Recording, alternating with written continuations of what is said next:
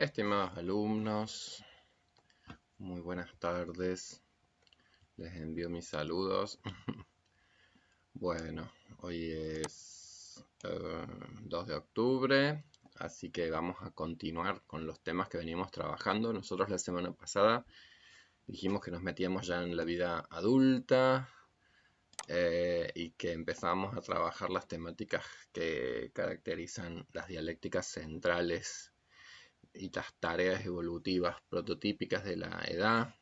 Hablamos de Freud, mencionamos el amor y mencionamos el trabajo como los dos grandes pilares identitarios en la vida de las personas adultas, como las dos grandes tareas a las cuales nuestras vidas se abocan y que en gran medida también, según cómo se resuelvan esas dialécticas, encontraremos determinadas fortalezas psíquicas, determinadas cualidades, determinados aspectos que nos acercan a cierta imagen que nosotros tenemos respecto de lo que sería la madurez como expresión del desarrollo humano,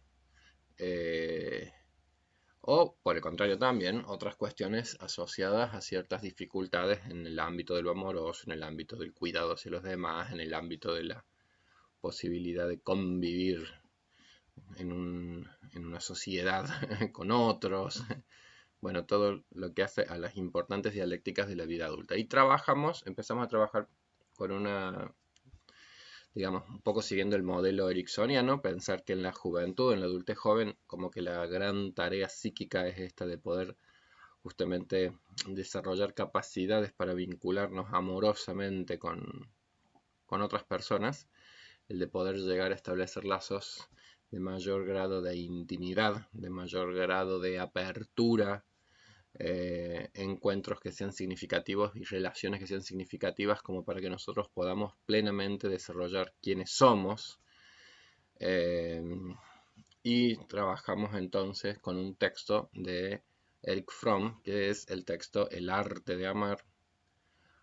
Hablamos de, bueno, desde la perspectiva ericksoniana, de lo doloroso también, de lo complejo de digamos, de semejante tarea, de semejante tarea vital. Y yo, antes de continuar estrictamente con el texto de Eric Fromm, les iba a leer algunos pedacitos de la autobiografía de Neruda, que es precioso este texto, este libro de Neruda, que se llama Confieso que he vivido. Este es un libro que en realidad se publica póstumamente. Él había ido escribiendo sus memorias, así como una cuestión autobiográfica a lo largo de distintos momentos de su vida, y tras su fallecimiento es que su segunda esposa, Matilde Urrutia, que se llamaba, bueno, deciden junto con su editor, digamos, dar a conocer estos escritos que tienen que ver sobre su vida, y que la verdad que muy acertadamente utiliza la expresión confieso, porque realmente es una autobiografía como muy profunda en términos de no reservarse ni opiniones, ni visiones, ni anécdotas, ni historias que él atravesó. Y yo en algún punto, siempre algunas de los textos de los textos de Neruda me sirven mucho para también poder comprender más en profundidad todo lo que se juega en el orden de la intimidad, ¿sí? Y poder diferenciar también distintos aspectos que se juegan en el orden de la intimidad, que se juegan en el orden del amor, que se juegan en el orden de la sexualidad, del reconocimiento del otro, ¿sí? Quizás hasta con un poco mayor de complejidad tal vez de cómo el texto de Eric Fromm lo plantea al amor. O sea, ya vimos que Eric Fromm, por ejemplo, plantea diferencias entre pensar que el amor es una capacidad, a diferencia de la confusión del enamoramiento, o que uno cree que es una cuestión de encontrar objetos cuando en realidad se trata de una capacidad de poder intimar, muy distinta simplemente a la suerte o no de encontrar determinados objetos. Bueno, ese planteamiento de Eric Fromm es de lo más interesante, por supuesto, pero yo lo que agregaría es que para comprender más en profundidad por qué es tan complejo la cuestión del encuentro humano y las capacidades de amar y las capacidades de intimar, es básicamente porque nosotros tenemos, y eso no está en Fromm, pero nosotros cuando veíamos en las primeras unidades, en las cuestiones de la infancia, nosotros vimos que desde muy tempranitas edades los seres humanos somos necesidades de apegos muy fundamentales, de apegos, y esa es una necesidad humana primordial. Nosotros llegamos al mundo y nos aferramos a los deditos de cualquier adulto que ponga la mano así, porque nuestra condición de seres vivos, organizados por determinados patrones, lógicas biológicas, bueno, imponen como modos básicos de comportamiento algo que tiene que ver con el orden del apego, es decir, conductas de proximidad con respecto a un objeto en dirección a que eso genera más probabilidades de supervivencia, ¿sí? Si ahí no escapamos, como quien dice, a la lógica de la biología. Y no estamos hablando de amor, que es una construcción cultural. Cuando los niñitos agarran así a la mamá y son recién nacidos, no es que esos niñitos amen a sus madres. Es muy probable que esas madres amen a sus niños, pero no a la inversa. ¿Qué quiero decir con eso? Que hay patrones comportamentales en la condición humana, en tanto que también condición biológica, que responde a una necesidad primordial, que es la necesidad de cercanía con respecto a los objetos. ¿Por qué? Porque un objeto adulto en algún punto, un otro en algún punto, es como el garante de cierta regulación de necesidades existenciales básicas, sensaciones de seguridad, posibilidades de supervivencia. Pero ese comportamiento, digo, de apego, es casi que una respuesta que uno podría decir está biológicamente codificada en el organismo. Otra cosa muy distinta va a ser todo lo que se juegue en términos posteriores en esa historia del vínculo que se va a establecer. Es decir, uno podría decir, el apego es una tendencia primordial, básica, incluso previa a que se establezca un vínculo humano, ¿sí? Es una condición que es donde básicamente nosotros vemos cómo eh, estamos codificados, ¿sí? Estamos eh, impulsados a ese tipo de comportamientos de aproximación y de apego a una figura adulta que en algún punto es como una garantía de seguridad. Bueno, esto no lo dice así Fromm, pero cuando Fromm habla de que hay aspectos que son simbióticos en el amor, bueno, esos aspectos simbióticos de los que habla Erich Fromm están refiriéndose justamente a estas cualidades, a estos aspectos que son más del orden del apego. Porque el apego, en definitiva, es esa búsqueda de estar junto con el otro y en definitiva es una expresión en algún punto que uno podría vincular a la idea de lo que es una simbiosis, como dice Fromm. Fromm después lo va a plantear como formas inmaduras de amar. Bueno, en algún punto lo que está hablando es que lo que aún no habría madurado, entre comillas, lo que pasa es que a mí no me gustan mucho esos conceptos porque todavía me parecen excesivamente biologicistas, no es que eso vaya a madurar. Madurar es un proceso que naturalmente se daría, qué sé yo, en una manzana si vos no la arrancás del árbol. Bueno, la cuestión amorosa, la cuestión vincular, es algo mucho más complejo que una cuestión madurativa, porque en realidad es más bien una cuestión del orden histórica, es decir, de cómo se construye, de cómo cada uno de nosotros entonces tiene una cuestión de vínculos que se han jugado, como quien dice, con otros. Acá aparece con fuerza el otro. Y de una historicidad en donde cada uno de nosotros cuenta con una historia vincular absolutamente singular. Y en donde en esa historia vincular lo que va a ser, como quien dice, crucial, va a ser justamente, bueno, a ver, cómo se jugó la cuestión de la confianza la confianza básica. ¿Cómo fuimos recibidos? ¿Qué posibilidades hubo de personas adultas ya no de sostener solamente apego, sino de justamente poder colaborar con la construcción de la fortaleza psíquica de la confianza básica? ¿Qué adultos tan amorosos o con capacidades amorosas de poder decodificar tus necesidades, de poder decodificar tus deseos, de poder dar respuesta a las necesidades, de poder restablecer cierta cuestión como de bienestar en un organismo que a veces se desregula por hambre, por sueño, por lo que sea? Es decir, para entender las capacidades amorosas, ahí sería importante ya no solamente quedarnos como en esa dimensión más biológica, más de codificación de cómo es algo, una necesidad muy básica, que es apegarse, para empezar a ver cómo ha habido una historia vincular en donde se va a jugar la cuestión de la confianza, en donde después se va a jugar cuestiones complejas como la del narcisismo, es decir, qué tanto tuvimos la suerte o no de transformarnos en el centro de cierta apreciación y valoración de parte de otros,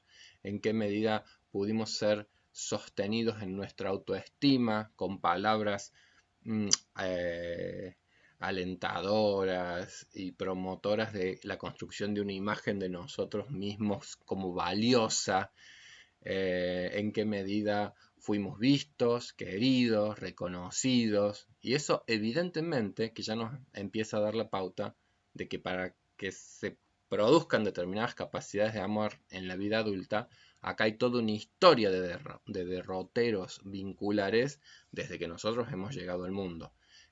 Por eso digo que hay que alejarlo un poco de esta idea de la simple maduración. No es que por una cuestión madurativa uno se va a transformar en un adulto con capacidades amorosas, sino que en algún punto va a tener mucho que ver como con una historia vincular que nos ha ido dejando sus huellas. Pero ya esta distinción a mí me parece muy importante porque entender que cuestiones que son como las necesidades de apego son tan intensas en la condición humana, también nos ayuda a entender y después a comprender, qué sé yo, por qué en la vida adulta también, qué sé yo, de repente uno puede ver que hay relaciones o vínculos en donde uno podría decir, pero ¿cómo puede ser si hay tanto maltrato y hay tanto, sí, maltrato al interior de esa pareja? ¿Cómo puede ser que se elijan? ¿Cómo puede ser que sigan juntos? Entonces ahí es que yo insisto que estaría bueno tener en claro los distintos sistemas motivacionales que tiene el comportamiento humano, porque de repente el otro, aunque el otro lastime, por poner un ejemplo, puede ser que esté dando respuesta a estas necesidades tan primordiales de apego. Entonces, no los une el amor, pero los une el apego. No hay confianza, no hay una sensación de valía al lado del otro. Y sin embargo, uno tiene que poder llegar a comprender que la complejidad de los vínculos humanos es tal que quizás los que los están manteniendo unidos son cuestiones que sean del orden de otros sistemas motivacionales no no tan integrados como vamos a ver, que es la capacidad de amar y la capacidad de llegar a una relación de intimidad con el otro. ¿Sí?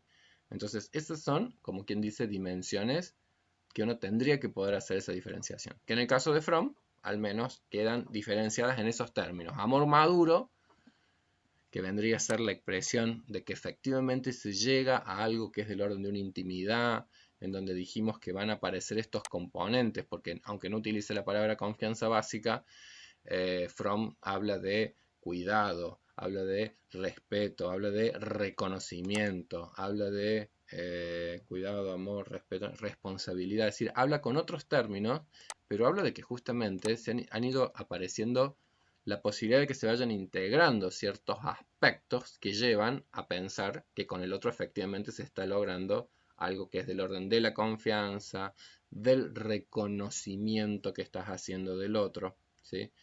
Y acá yo también agregaría otras cuestiones que van a ser importantes como fuerzas propulsoras hacia la intimidad que tienen que ver con el orden de la sexualidad también.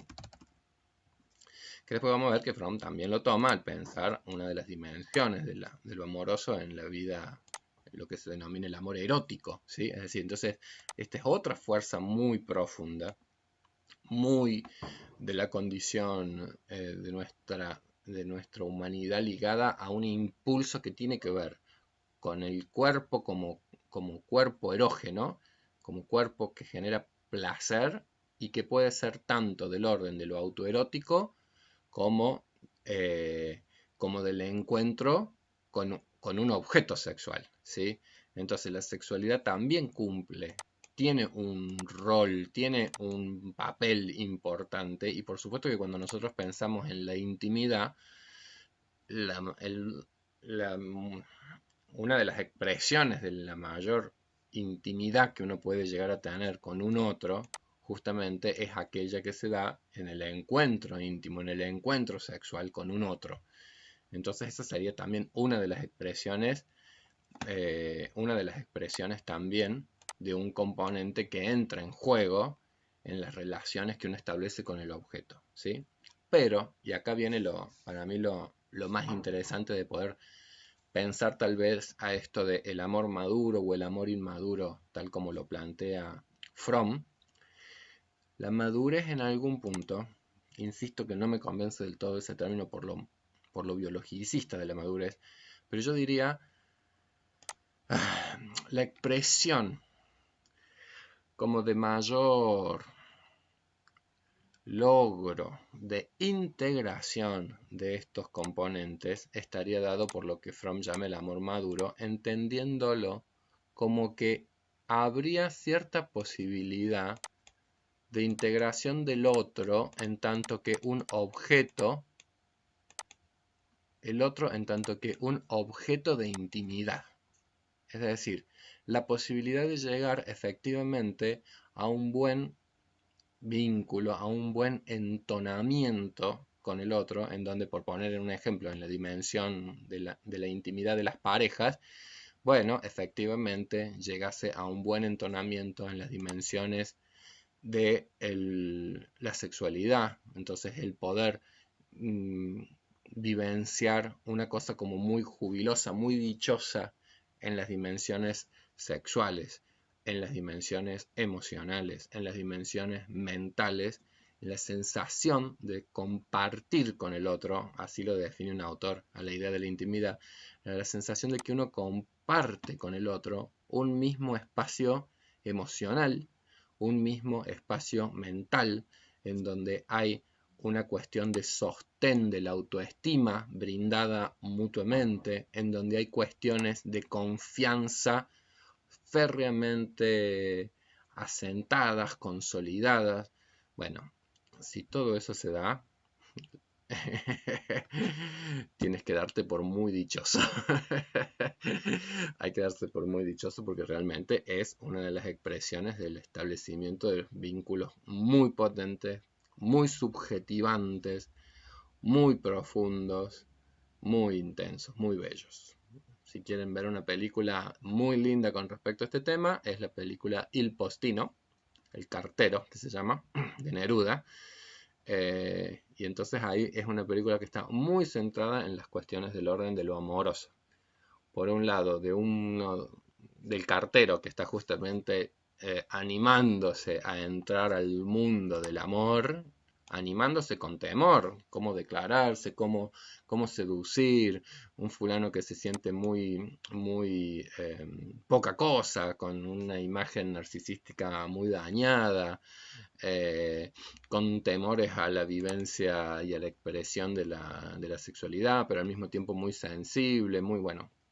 Y por otro lado, un Neruda que ya es un Neruda viejo, como quien dice, un Neruda más o menos experto, un Neruda que ya está en su relación de pareja con Matilde Urrutia, que fue, como quien dice, ya una expresión de la madurez amorosa de Neruda. Entonces yo les decía que les iba a leer alguna otra cosita de Neruda para que se pudiera ver la distinción entre ciertas experiencias en donde tal vez estos distintos aspectos de la vida amorosa están más desarticulados o están más integrados.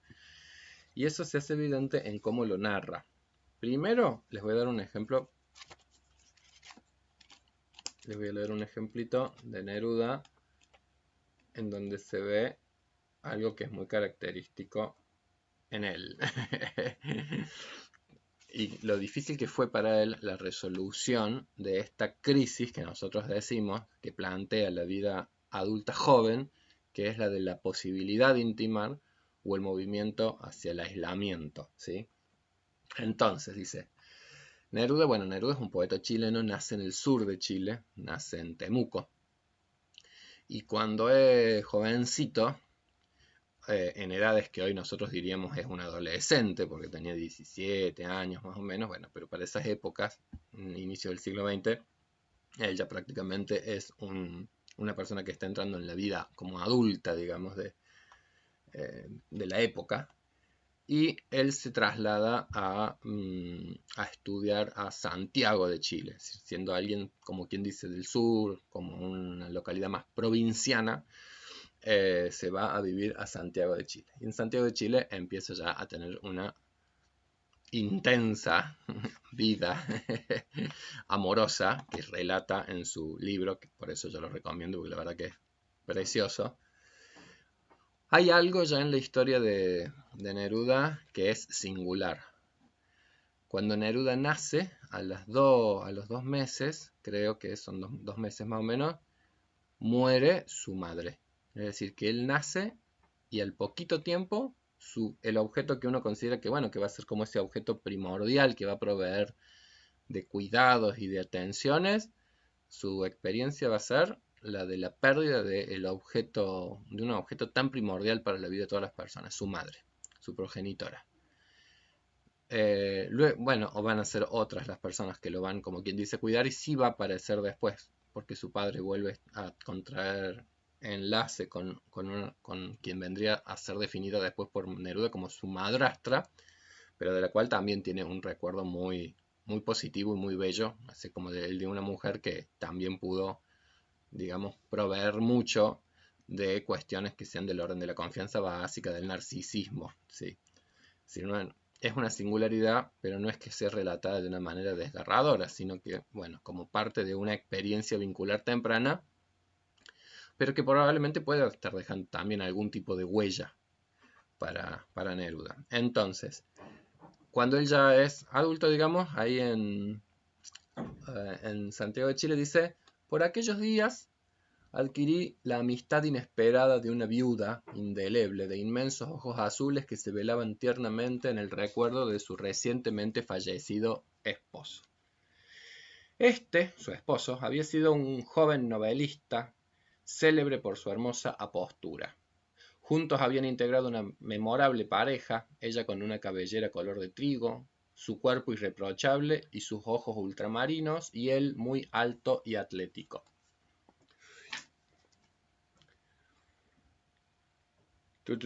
El novelista había sido aniquilado por una tuberculosis de aquellas que llamaban galopantes. Después he pensado que la rubia compañera puso también su parte de Venus galopante y que la época prepenicilínica más la rubia fogosa se llevaron de este mundo al marido monumental en un par de meses.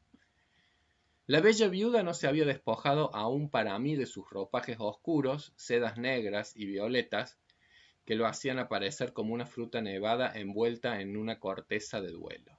Esa corteza se deslizó una tarde allá en mi cuarto, al fondo de la lavandería, y pude tocar y recorrer la entera fruta de nieve quemante.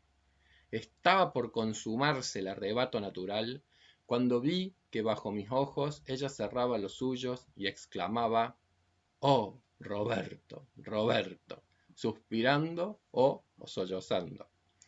Está claro que Neruda es Pablo, no Roberto. Entonces, oh, Roberto, Roberto. Entonces, me pareció un acto litúrgico. La vestal invocando al Dios desaparecido antes de entregarse a un nuevo rito. Sin embargo, y a pesar de mi juventud desamparada, esta viuda me pareció excesiva. Sus invocaciones se hacían cada vez más urgentes y su corazón fogoso me conducía lentamente a un aniquilamiento prematuro. El amor, en tales dosis, no está de acuerdo con la desnutrición y mi desnutrición se volvía cada día más dramática. No tenía un mango Neruda en esas épocas, así que la pasaba mal. Pero a mí ya lo que me interesa es cómo, obviamente, que él cuando habla de estas experiencias de su vida amorosa, utiliza la palabra amor. Entonces él dice, el amor en estas dosis era como excesivo. Más allá de que él utilice la palabra amor, acá es cuando uno ya podría empezar a discriminar qué distinto es el uso coloquial que nosotros hacemos de la palabra amor o amar, de lo que es el concepto teórico de la intimidad vincular. ¿Sí? Es decir, acá en algún punto empieza a mostrarse o empieza a verse en qué medida, así como esto puede aparecer integrado, como yo digo, esto también puede estar apareciendo completamente desintegrado. Cuando digo completamente desintegrado, ¿qué quiero decir? Que acá, poéticamente, Neruda nos está diciendo, nos está hasta expresando en qué medida él se siente muy extrañado, cuando en definitiva él se está transformando básicamente en un objeto, pero que no es un objeto de la intimidad con el otro, sino que es un objeto de la sexualidad con el otro. Que por supuesto que puede tener componentes absolutamente placenteros, porque de eso se trata la sexualidad, un encuentro en donde la sexualidad muchas veces posibilita la experiencia de la emoción, del placer corporal más intensa que se da justamente en un encuentro erótico. Pero al mismo tiempo, acá en esta misma narrativa se empieza a percibir cómo se vive con cierta extrañeza, y esa extrañeza está ligada a la desintegración de estas distintas dimensiones que hemos mencionado, porque en definitiva con el otro lo que hay es un encuentro pura y exclusivamente que sea del orden de la sexualidad. Entonces cuando solamente está el encuentro de la sexualidad, está el placer de la sexualidad, pero lo que no está, evidentemente, es el placer de la intimidad, en la cual yo decía, la intimidad tiene que ver con esta cosa o una sensación jubilosa de estar compartiendo el mismo espacio mental y emocional con un otro. ¿Qué mismo espacio mental y emocional con un otro puede haber si el otro te está poniendo otro nombre? Roberto. Entonces, evidentemente ahí Neruda, con estas historias, nos está narrando lo que ha sido para él el descubrimiento de estas distintas dimensiones que se juegan en las relaciones, en los vínculos con los otros. Y después, no me parece que sea casual, justamente el próximo escrito que él desarrolla se llama La timidez. La timidez. Entonces él dice, yo viví muchos de mis primeros años, tal vez mis segundos, mis terceros, como una especie de sordomudo. Ritualmente iba vestido de negro desde muy jovencito, como se vestían los verdaderos poetas del siglo pasado. Tenía una vaga impresión de no estar tan mal de aspecto. Pero en vez de acercarme a las muchachas a sabiendas de que tartamudearía o que me enrojecería delante de ellas, prefería pasarles de perfil y alejarme mostrando un desinterés que estaba muy lejos de sentir. Todas eran un gran misterio para mí. Yo hubiera querido morir abrazado en esa hoguera secreta, ahogarme en ese pozo de enigmática profundidad, pero no me atrevía a tirarme al fuego o al agua. Y como no encontraba a nadie que me diera un empujón, excepto con la viuda, que parece que la viuda sí que le dio empujones, como no encontraba a nadie que me diera un empujón, pasaba por las orillas de la fascinación sin siquiera mirar y mucho menos sonreír. Dice, la timidez es una condición extraña del alma, es una categoría, una dimensión que se abre hacia la soledad. También es un sufrimiento inseparable, como si se tienen dos epidermis y la segunda piel interior se irrita y se contrae ante la vida. Entre las estructuraciones del hombre, esta calidad o este daño son parte de la aleación que va fundamentando en una larga circunstancia la perpetuidad del ser. Esto es poético, pero él está hablando de la cuestión de la intimidad o el aislamiento. Y por eso la timidez es justamente esa expresión tan humana, porque esto es absolutamente universal, tan humana que tiene que ver con ese temor ese riesgo que está puesto en todo lo que tiene que ver con el orden del arriesgarse en un encuentro de mayor profundidad con los otros. La timidez nos lleva siempre, por supuesto, a ese movimiento más bien de corte del aislamiento, como él mismo lo nombra, como él mismo lo narra, el deseo que había en él tal vez de poder abrirse a las muchachas que le interesaban, a conocer, a ir a eso de lo enigmático, a ir a algo de que sea del orden del encuentro con ellas, y al mismo tiempo un movimiento de temor y un movimiento de retracción. Mi lluviosa torpeza, mi ensimismamiento prolongado duró más de lo necesario. Cuando llegué a la capital, adquirí lentamente amigos y amigas, porque él considera como que cuando vivía en Temuco era aún mucho más tímido que cuando después va a la capital, digamos, a Santiago de Chile. Y es esperable, digamos, es decir, es esperable que ciertos movimientos, ciertas acciones, el obligarse a estar más alejado de su familia, es decir, son como movimientos que son justamente las experiencias que nos van llevando a ir, bueno, transformándonos, a ir madurando, a ir adquiriendo mayores habilidades, mayores competencias, son partes de los procesos del desarrollo. Entonces él tiene una lectura que lo puede percibir. Entonces, cuando llegué a la capital adquirí lentamente amigos, lentamente amigas. La amistad es otra de las dimensiones, por supuesto, de la intimidad, porque la amistad que empieza uno a establecer tras la adolescencia o con algunos vínculos que vienen de la adolescencia, digamos así, pero que empiezan a ser de otro grado de profundidad, es otro vínculo importante en donde por supuesto en la amistad lo que caracteriza a la amistad es que están reprimidas y sublimadas profundamente todos los aspectos que sean las del orden de la sexualidad, digamos, ¿sí? Entonces cuando llegué a la capital adquirí lentamente amigos y amigas y mientras menos importancia me concedían, más fácilmente les daba mi amistad. No tenía en ese tiempo gran curiosidad por el género humano. No puedo llegar a conocer a todas las personas de este mundo, me decía. Y así todo, surgía en ciertos medios una pálida curiosidad por este nuevo poeta de poco más de 17 años, muchacho reticente, solitario, a quien se veía llegar y partir sin dar los buenos días ni despedirse. Típica expresión de timidez. Como pasar desapercibido, como quien dice. Fuera de que yo iba vestido con una larga capa española que me hacía semejar a un espantapájaros, pero nadie sospechaba que mi vistosa indumentaria era más bien el producto de mi pobreza. Bueno, esto de la timidez,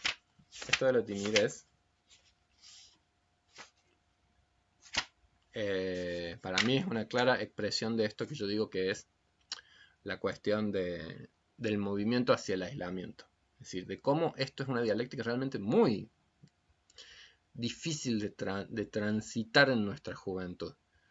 Porque el amor implica una apertura, implica un riesgo e implica entonces, por lo tanto, las posibilidades de quedar muy herido. Neruda hace un viaje después, no es que haga un viaje, sino que Neruda hace toda una serie de movimientos y movimientos para lograr entrar a trabajar, como quien dice, en la diplomacia chilena. Y efectivamente lo logra, pero los primeros trabajos, digamos, que tiene, son como la de puestos consulares en lugares alejadísimos del mundo, más en esas épocas, entonces en Ceilán, en Singapur, en no sé dónde, bueno, entonces en lugares, digamos, muy lejanos de Asia, él va a hacer un viaje y va a empezar a trabajar como cónsul chileno, que eso no era nada tan extraño en esas épocas, digamos, así que las personas más vinculadas a las artes, a la literatura, a la escritura, es decir, personas como de la cultura de un país, obtuviesen como espacios consulares o cargos consulares para poder, bueno, cumplir algún tipo de función semi-burocrática y al mismo tiempo poder dedicarse a su producción artística. Entonces, él cuando narra en este viaje, bueno, por supuesto que narra múltiples experiencias de soledad en esos lugares. A ver, voy a leérselos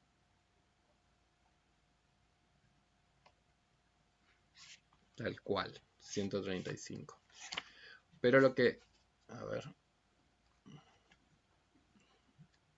135. Bueno, muy bien. Acá está. Dice... Porque, bueno, en toda esta parte, en esta parte de la historia en donde él narra sus experiencias en estos lugares del mundo, hay varias historias de amor, entre comillas, pero el amor como él lo estaba definiendo en esto que les acabo de leer. Él habla del amor, pero en realidad eran encuentros sexuales. Y acá, en este pedacito del libro, es donde queda como más en evidencia la diferencia entonces entre la sexualidad, cuando se ha desgajado, como quien dice, del resto de la vida anímica, y entonces en algún punto empieza uno cada vez más a descubrir esa distancia que hay entre el encuentro sexual y el encuentro de intimidad. Y miren qué notable como él lo puede enunciar. Dice: la verdad es que la soledad de Colombo, una isla también por allá, la verdad es que la soledad de Colombo no solo era pesada, sino letárgica. Tenía algunos escasos amigos en la calleja en donde vivía. Además, tenía amigas de varios colores que pasaban por mi cama de campaña, sin dejar más historia que el relámpago físico. Mi cuerpo era una hoguera solitaria encendida día y noche en aquella costa tropical. Mi amiga Patsy frecuentaba con algunas de sus compañeras, muchachas morenas y doradas, con sangre de boers, de inglesas y de dravidios, y se acostaban conmigo deportiva y desinteresadamente. Una de ellas me ilustró sobre sus visitas a las Shumeries. Así se llamaban los bungalows en que los grupos de jóvenes ingleses, pequeños empleados de tiendas y de compañías, vivían en común para economizar alfileres y alimentos. Sin ningún cinismo y como algo natural, me contó la muchacha que en una ocasión había fornicado con 14 de ellos. ¿Y cómo lo hiciste?, le pregunté. Y estaba sola con ellos aquella noche, celebraban una fiesta, pusieron un gramófono y yo bailaba unos pasos con cada uno, nos perdíamos durante el baile en alguno de los dormitorios y así quedaron todos contentos. No era una prostituta, era más bien un producto colonial, una fruta cándida y generosa. Su cuento me impresionó y nunca tuve por ella sino más que simpatías. Acá yo digo, hay una definición, para mi gusto, poética de lo que es justamente la sexualidad desgajada de los otros aspectos que pueden llevar justamente a la posibilidad de una intimidad con el otro. El amor tiene mucho más que ver con lo que empieza a construirse con un otro en términos de vínculo, tras la separación del cuerpo. ¿Se comprende? Si la sexualidad, el encuentro sexual es un encuentro de cuerpos, es un cuerpo a cuerpo. La cuestión amorosa tiene mucho más que ver con una dimensión que yo decía que es el compartir un mismo estado emocional, un mismo estado mental. Entonces el otro, cuando acá lo que empieza a constituirse es un vínculo, el otro se ha transformado en una representación interna. Ya no es solamente la realidad del encuentro del cuerpo a cuerpo externo, sino que cuando nosotros estamos estableciendo, estamos configurando un vínculo, el otro empieza a transformarse también en una representación interna. Y el amor, en definitiva, tiene mucho que ver con lo que empieza a acontecer en el momento en donde los cuerpos se separan. Es decir, cuando hay distancia, cuando hay espacio, para ver si a partir de ese espacio también hay un espacio para la representación. Si después del encuentro es, bueno, te llamo un taxi, si después del encuentro lo que hay es más bien una búsqueda de la separación, bueno, evidentemente que estamos hablando de sexualidad, pero no estamos hablando de intimidad en términos de conceptos psicológicos. Y Neruda, digo, al menos me parece que él poéticamente lo está enunciando y cuando ya escribe estas cosas, me parece que ha logrado ir diferenciando algunos aspectos. Él puede percibir que la sexualidad, él lo dice, encuentros que no dejaban más historia que el relámpago físico. Bueno, la sexualidad es como eso, es un placer, tipo relámpago, es una cosa intensa, energética, como un relámpago, profundamente energizante, pero al mismo tiempo, fíjense cómo él en su enunciado da la pauta de que él se siente con una soledad pesada y letárgica. Entonces ahí uno ve que también puede ser que la sexualidad, desgajada de esos otros componentes que hacen al orden más bien de la ternura y de la intimidad, no van a contrarrestar e incluso pueden acrecentar los sentimientos de soledad. ¿Se comprende? Es decir, él está teniendo más encuentros sexuales que nunca y al mismo tiempo está experimentando una cuestión del orden de una soledad muy intensa, muy intensa. Y incluso en este libro, que por eso yo digo que realmente el concepto de confesión es muy intenso y muy adecuado, narra la siguiente historia. Mi solitario y aislado bungalow estaba lejos de toda urbanización, y cuando lo alquilé traté de saber en dónde se hallaba el baño, que no lo veía por ninguna parte. En efecto, quedaba lejos de la ducha, hacia el fondo de la casa. Lo examiné con curiosidad porque era una caja de madera con un agujero al centro, muy similar al artefacto que conocí en mi infancia campesina en el sur de Chile, pero los nuestros se situaban sobre un pozo profundo o sobre una corriente de agua. Aquí el depósito era un simple cubo de metal debajo del agujero redondo.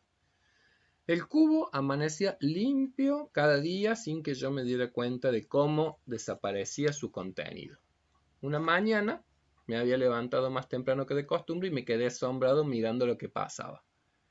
Entró por el fondo de la casa, como una estatua oscura que caminara, la mujer más bella que había visto hasta entonces en Ceilán, de la raza tamil, de la casta de los parias, es decir, de una casta social bajísima, ¿sí? Bueno, una mujer que él queda deslumbrado por la belleza, que es una empleada, digamos, ahí, y que iba a realizar esta tarea de limpiar el baño. Iba vestida con un sari rojo y dorado de la tela más burda. En los pies descalzos llevaba pesadas ajorcas. A cada lado de la nariz le brillaban dos puntitos rojos. Serían vidrios ordinarios, pero en ella parecían rubíes. Ya se nos enamoró Neruda. Se dirigió con paso solemne hacia el retrete, sin mirarme siquiera, sin darse por aludida de mi existencia, porque en realidad ese también es el comportamiento que se espera de alguien de la casta de los parias, que sean como invisibles y que actúen como si fuesen invisibles. Y de hecho las personas de las otras castas los invisibilizan y no los van a mirar. Bueno, esto es como condiciones del contexto social. Sin mirarme siquiera, sin darse por aludida de mi existencia, y desapareció con el sórdido receptáculo sobre la cabeza, alejándose con su paso de diosa. Era tan bella que a pesar de su humilde oficio me dejó preocupado. Como si se tratara de un animal huraño, llegado de la jungla, pertenecía a otra existencia, a un mundo separado. La llamé sin resultado. Después alguna vez le dejé en el camino algún regalo, seda o fruta. Ella pasaba sin oír ni mirar. Aquel trayecto miserable había sido convertido por su oscura belleza en la obligatoria ceremonia de una reina indiferente. Una mañana, decidido a todo, la tomé fuertemente de la muñeca y la miré cara a cara. No había idioma alguno en que pudiera hablarle. Se dejó conducir por mí sin una sonrisa y pronto estuvo desnuda sobre mi cama. Su delgadísima cintura, sus plenas caderas, las desbordantes copas de sus senos la hacían igual a las milenarias esculturas del sur de la India. El encuentro fue el de un hombre con una estatua. Permaneció todo el tiempo con sus ojos abiertos, impasibles. Hacía bien en despreciarme. No se repitió la experiencia. Yo cuando leí esto por primera vez, uno queda como helado porque uno dice, esto es una violación prácticamente. Es una violación. Es como que uno queda un poco choqueado. Yo me acuerdo de haber trabajado este texto también en un curso y una señora que de repente iba escuchando esta historia y dice, Era un degenerado Neruda. La historia del Neruda a lo largo de su vida es la historia de una persona que sufrió tremendamente todo lo que tiene que ver con el orden del amor. Más allá de que sea el poeta del amor. Los 20 poemas de amor y una canción desesperada y todas esas historias. Y todo lo que él ha escrito ha tenido muchísimo que ver con sus enormes dificultades para el establecimiento de la vida amorosa en su propia vida. Y en esta anécdota en particular, digo, evidentemente Neruda no queda para nada bien parado.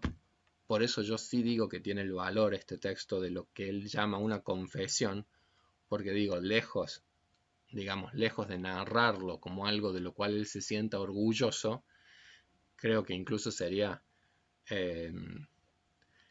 muy esperable que el común de los seres humanos no narrara una anécdota en donde queda tan expuesto y tan expuesto en la imagen que está transmitiendo de sí mismo, pero creo que tiene justamente el valor de narrar algo de lo cual él mismo también nos está dando cuenta de que se está sintiendo profundamente avergonzado. Y creo que ha sido una experiencia que a él lo marca mucho, porque cuando uno lee este libro, es a partir de esta escena en donde hay como un movimiento de inflexión en sus búsquedas amorosas, como quien dice, en su modo vincular. Es decir, yo creo que si ya estaba descubriendo que la sexualidad era algo que lo llevaba cada vez a una mayor experiencia también de aislamiento, es decir, sexualidad pero sin órdenes ni de confianza, ni de búsqueda de construcción vincular, etc. Si nada de eso está presente,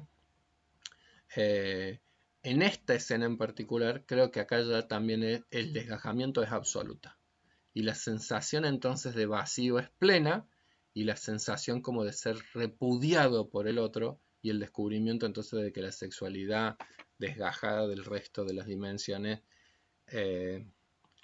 tiene como un sabor muy extraño, muy extraño. A mí lo que me parece interesante, digamos, de esta como confesión también sería la cuestión del descubrirse también él quizás como un sujeto ético, es decir, como esto que estoy haciendo es realmente reprochable, permaneció todo el tiempo con los ojos abiertos, hacía bien en despreciarme, y digo, si esto, a ver, para mí es una violación, pero se entiende que probablemente esto era parte de también de un contexto de época en donde esto estaba absolutamente naturalizado por las diferencias de clases, la cuestión de la casta de los parias, las cuestiones abusivas para con las mujeres. Es un espanto, pero al mismo tiempo, bueno, ahí uno dice, bueno, ¿cómo van cambiando las épocas? ¿Cómo van cambiando las épocas? Y en algún punto creo que, bueno, en el caso de Neruda en particular, lo que lo transforma en parte de su historia y su biografía, y que lo narre y que lo cuente, creo que tiene que ver con que para él también fue abrir un poco los ojos a cómo en algún punto la sexualidad es una de las dimensiones que, como bien dice Fromm en su texto, cuando allá vamos a volver un poquito al texto de Fromm, pero la sexualidad es probablemente el componente que lleve a cosas muy engañosas en el orden del amor, ¿sí? Es decir, porque la sexualidad tiene una fuerza y un impulso muy intenso que lleva a esa como confusión de quizás pensar que lo que se está viviendo con un otro es de una intensidad amorosa muy, muy grande, y en realidad quizás simplemente haya un buen encuentro en términos de objeto de sexualidad, pero la intimidad es algo brutalmente distinto. Bien, voy a hacer un corte en este punto y vamos a continuar a posteriori. Chum.